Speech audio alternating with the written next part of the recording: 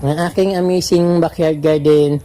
At syempre ang bago kong renovation na yung bago kong dito, ginawa sa aking napaka sikip na backyard garden. At ito ang lalaki ng mga halaman ko.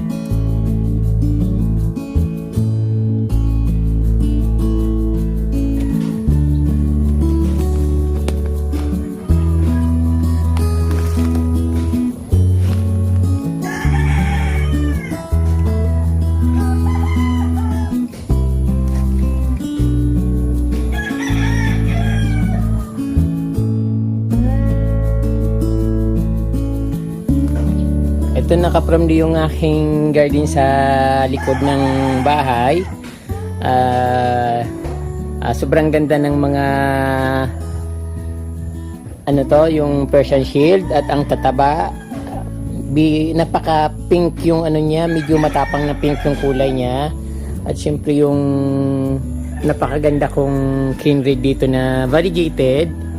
Ayan po. At may kaunting gabi, sugulay. Then medyo malayo ito sa deposit ng CR, ng Cuportum. Then may mga okra din kaprumdi. Ayan nagbubunga na siya. Napakasarap ng pakiramdam kapag may ganito sa likod ng bahay. Ayan po. Then puntahan natin dito yung bandang gitna sa aking munting hardin. Ito, napakaganda po ng mayana ko dito at pulang-pula. Din mayroon naman nasa gitna, napagitna yung violet na maroon with peach na kulay. At siyempre maraming mga pulang mayana. So lilinisin ko pa ito kasi hindi pa masyadong nalinisan. Ayan, medyo masukal pa ng konti. Tinanggal ko na yung mga ibang dahon ng saging kasi masyadong marami. Ayan konti na lang natira. Hindi naman konting natira, so mabubuhay naman siya. Then ito syempre mataas. At puputulin ko to, din itatanim ko rin sa tabi niya para magandang tingnan at lumago.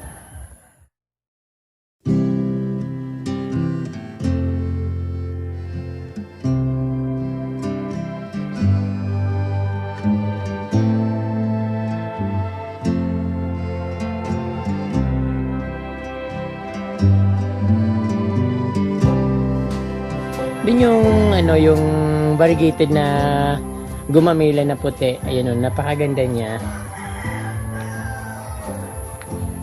Siyempre yung walang sawang mayana, ito pa rin nasa garden ko pa rin siya. Ayun po. Then later puputulin ko na naman ulit siya. Hindi ko pa kasi tapos linisan. So dadami pa siya ng dadami kasi yung mga pinuputol ko, itatanim ko rin dahil wala naman akong pagbibigyan. Ayan po. Lahat dito kasi nagsawa na. So, ako na lang yata dito ng halaman. Nagpapaganda. So, sila parang tapos na yung nila. Talagang lang sila, parang seasoning. Anong seasoning ba yung tawag doon? Yung pag-uso yung may isang usong bagay, doon lang sila nagpupuko sa uso. Pag wala na, laos na, wala na. So ito yung maganda pa rin. At syempre pag nakita naman nila itong maganda ulit, magda-gardening ulit sila. Nawala kasi ako ng matagal. At iyon, pupunta ko dun sa medyo taas-taas na ginawa kong garden. Ito, napakaganda ng kulay. At yung, syempre mayroon ako dito mga bougainvillea na parang nag-iba na yung mga dahon niya. Ang taba-taba, parang hindi siya bougainvillea. Ayun. Meron mga bulaklak. At marami pa akong mga tanim-tanim dito na hindi ko na matandaan. Yung aking calabash, ang laki-laki na. Ayun, bulaklak. Napaka-lush ng mga halaman ko dito. Ayun, may paru-paro. Ang ganda. Ayun. Bantay siya sa aking mga halaman dito. Hindi siya umaalis, oh. Siya yung mga kumakain ng mga dahon ng aking halaman. Nagkaroon na siya ng pakpak. Then, ito yung magandang mayana. Ayun, rare ito. Pero hindi masyadong malakas yung dating. Pero maganda siya. Ayun, no. Neon brown. Parang mint chocolate yung ano niya. Mint na may halong chocolate. Ayan po. Then, yung that time, ang pinakauna kong coleus, ito, ganito. So, very proud ako noon. Unang post ko ng video noon. Ito yung ganito yung, coleus sa gilid ng kubo. Ayan po. Napakaganda ng halaman ko dito. Ayan po. Pulang-pula. At may neon with, maroon na nagpupula-pula. At syempre yung purple na mayana.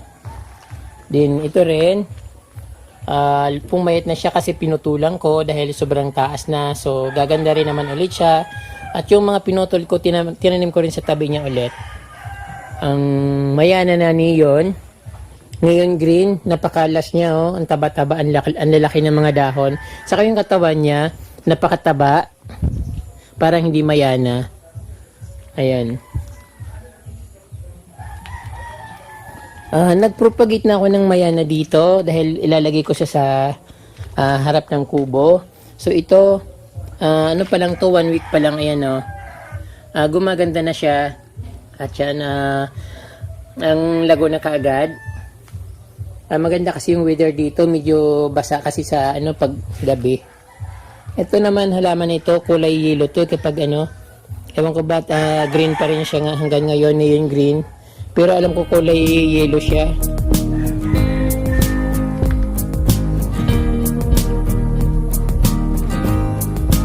Ang aking amazing backyard garden. At syempre ang bago kong renovation na yung bago kong dito ginawa sa aking napaka sikip na backyard garden. At ito ang lalaki ng mga halaman ko.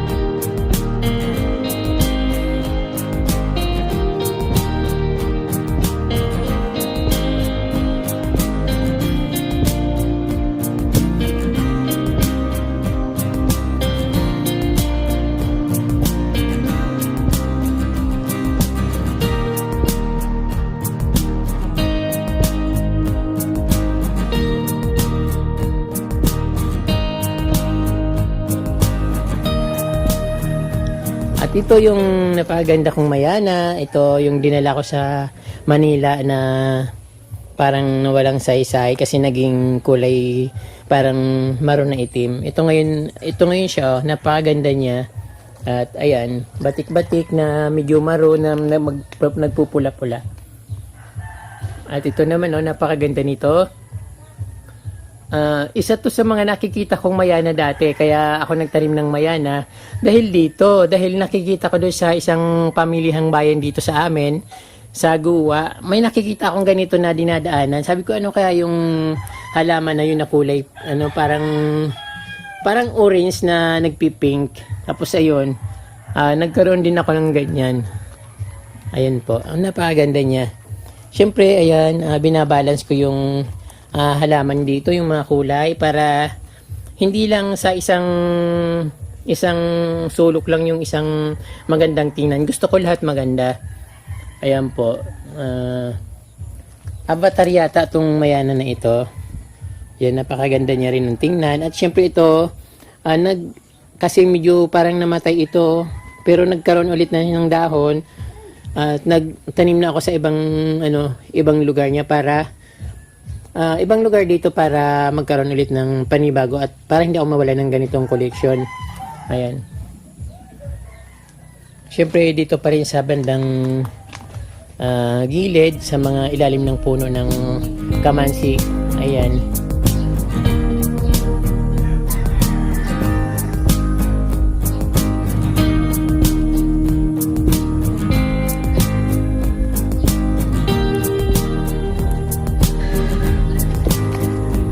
Siguro mga after 1 month maganda na rin ulit ito kasi marami akong tininim na mga mayana dyan, saka yung Persian Shield, yung nagpapaganda ng yun ang nagpapaganda ng paligid ng garden kasi nagbibigay siya ng buhay dahil sa kulay nila. So pag nagtagbahan naman, pupulot ako ng mga puting bato at ilalagay ko ulit dito para mayroon extension ng konti. Kunti na lang naman kasi kung wala rin naman akong gagawin, bakit hindi ako pumulot ng mga puting bato kasi sayang din naman. Ayan po. Medyo hindi pa ito masyadong maayos kasi kakagawa ko lang. Ito nga yung kutsarita na variegated, bagong tanim ko lang din yan dito. Hindi pa siya gumaganda. Yun yung bigonya na na binalik sa akin ng ate ko. Sabi niya kunin ko na raw kasi baka marami raw nagkakagusto dun sa gustong hingiin. So sabi ko sige, para ma-design ko rin dun sa garden ko.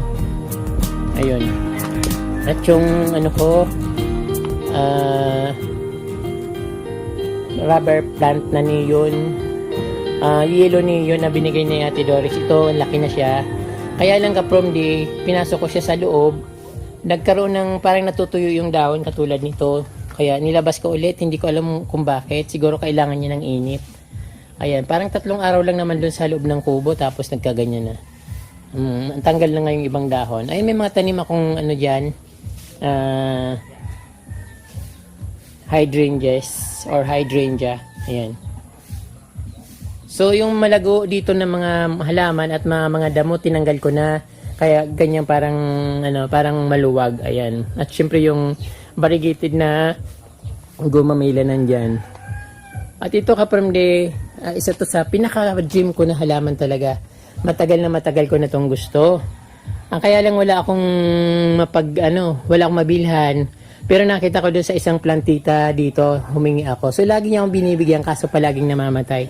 Siya na lang nagpatubo tapos yung binigyan niya sa akin. 2 puno siya tapos naputol yan, tinanim ko. Tapos yung isa pinuputol ng mga dumadaan, kaya ayun, yan na lang ganyan ko. Then ito yung avatar na mayana, ang ganda-ganda ng pagkadahon niya, kaya lang hindi ko alam bakit ganyan ang kulay, hindi masyadong buhay, parang may lungkot. May mga halong itim yung pagkapula niya. Then siguro dapat kulang ito sa araw. Ayan, kasi hindi masyadong naarawan dito dahil nasa ilalim ng puno. Ayan.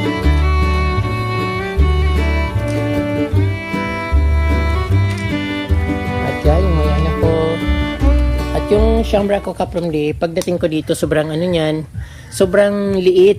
Halos parang sabi ko, mabubuhay pa ba to? Tapos after a week, biglang nagganito. Hindi ko alam kung bakit. Siguro dahil medyo umuulan na, dahil didiligan siya. Pero hindi ko alam bakit ganun kabilis na paglaki niya. Ayan.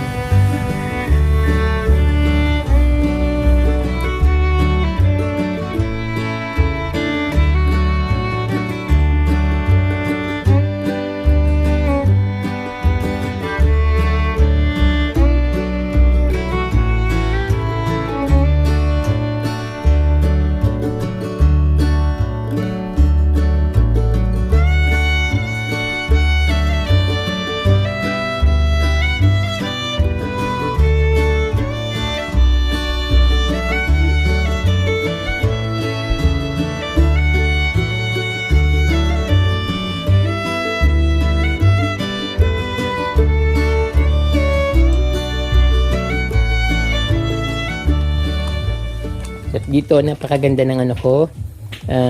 Ayun, Caladium White Christmas. Talagang ano siya, litaw na litaw yung beauty niya kasi nag-iisa yung dahon niya. Din yung iba, karamihan na kasama niya ay kulay green. Ang aking mga ferns. At ito na nga yung pinagkaabalahan ko yung ano, pag renovate ko ng ano, nag-transform ako ng garden. So ito yung nagawa ko kasi nga hindi magandang tingnan yung ginawa ko dati. Parang hindi ano, parang hindi nagbabago. Kung anong itsura ng tinanim ko, pagbalik ko yung pa rin. Kaya sabi ko, lagyan ko na lang ng mga paso na halaman dito, na may halaman, para gumanda. At yun nga, parang maayos naman yung dating niya. Ayun, ang ganda ng kulay. At sabi ng kapatid ko, ang ganda na raw ng pagkagawa ko ng garden dito. Kasi ayun, maaliwalas at syempre naka-arrange siya. Ayun. At syempre, yung napakaganda kong ano, red cherry na bigay sa akin ni Mr. Alabang, taga-Alabang, Mr. Alabang na lang. Ayaw niya kasi magpakilala. Sir, ito na po yung binigay niyo sa akin na red cherry. At napakaganda na. Anong binigay niyo po to sa akin? Napakaliit lang. At ayun, sana lumaki siya at magtuloy-tuloy. Alam kong mahal ito at rare nga po ito dahil yung karamihan na nakikita natin dito sa atin ay ano, Philodendron Thai, parang galing Thailand na. Ito, ano siya, kakaiba at ayun, pulang-pula yung talbos niya. Gusto ko rin yung kulay orange niya. Naghahanap din ako nun. Para gusto ko, favorite ko rin kasi yung halaman na kulay orange kasi maliwanag siya sa garden. Ayan. At syempre po ito yung ano, yung binigay nyo rin po sa akin na ano, rainforest na ito po, rainforest. Isang dahon lang po ito nung binigay nyo sa akin, pero ito ngayon po, 7 na.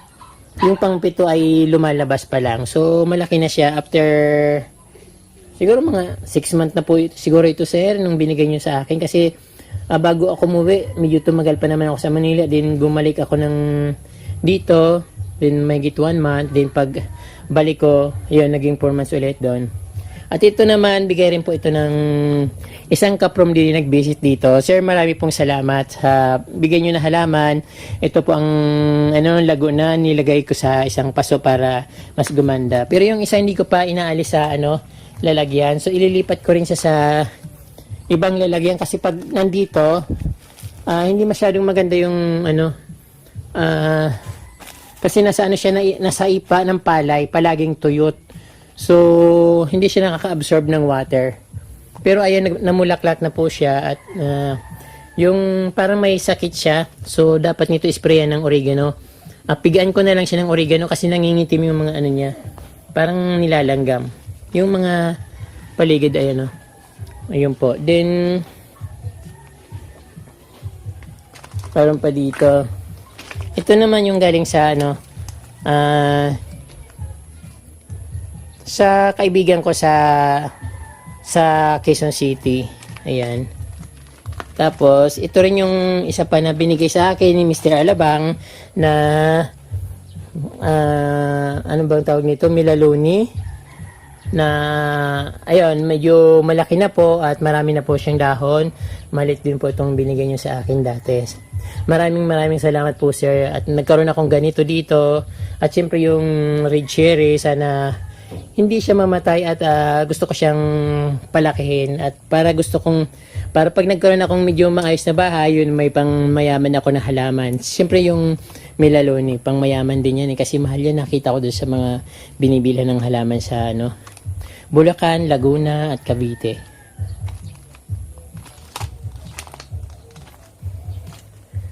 Then, ayan po, nasa papunta sa aking comfort room. Siyempre, inayos ko rin naman dito. Ayan, para maging maganda ang lahat.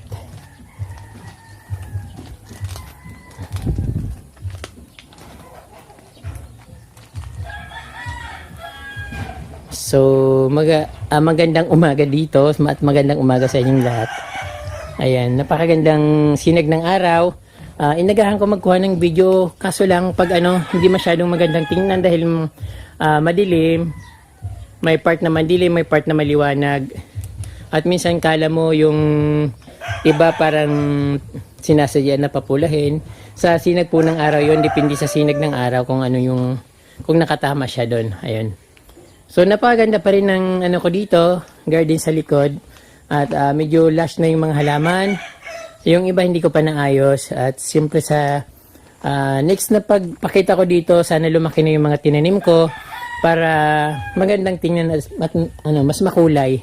Napakarami kong tanim dito na mayana, kaso lang hindi pa siya lumalago.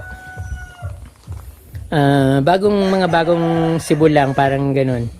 Pero siguro after mga 2 weeks, 3 weeks, makikita ko na yun na lumalabas na yung mga dahon niya na maganda.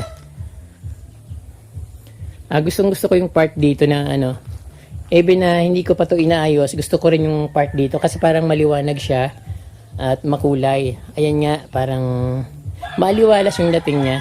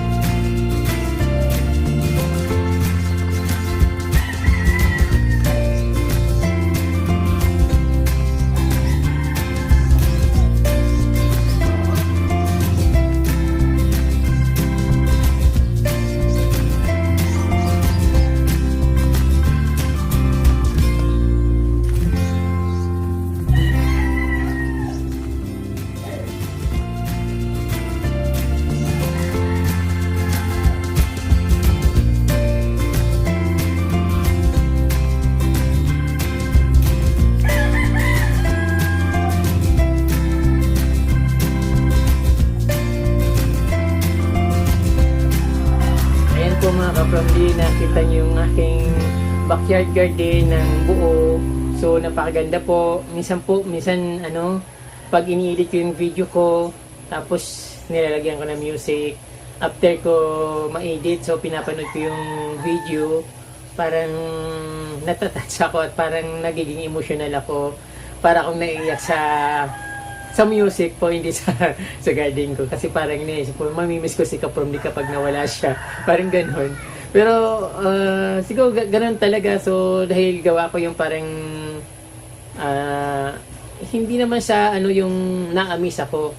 Doon po sa mga nilalagay kong sound kasi very emotional po ako kasi yun ang gusto kong mga music, yung parang country, trance, tapos yung mga old na dati ayaw kong makinig ng mga old katulad ng mga West Virginia, parang gusto ko yung pakinggan ngayon. Dati ayaw ko noon.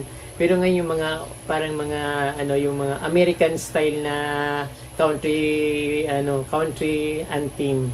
Ayun po, Kaprom Lee. Kaya nagiging emotional ako kasi nafe-feel ko yung music na nilalagay ko na background song. Ayun po. Ayan po Kaprom D, marami pong salamat sa inyong panonood at naway na-enjoy nyo po yung aking munting garden at sana po nagustuhan nyo. Maraming pong salamat ulit at huwag nyo pong kalimutan mag-subscribe at i-touch po yung notification bell para updated po kayo sa aking mga bagong post na videos. Maraming pong salamat Kaprom D at Diyos mabalos.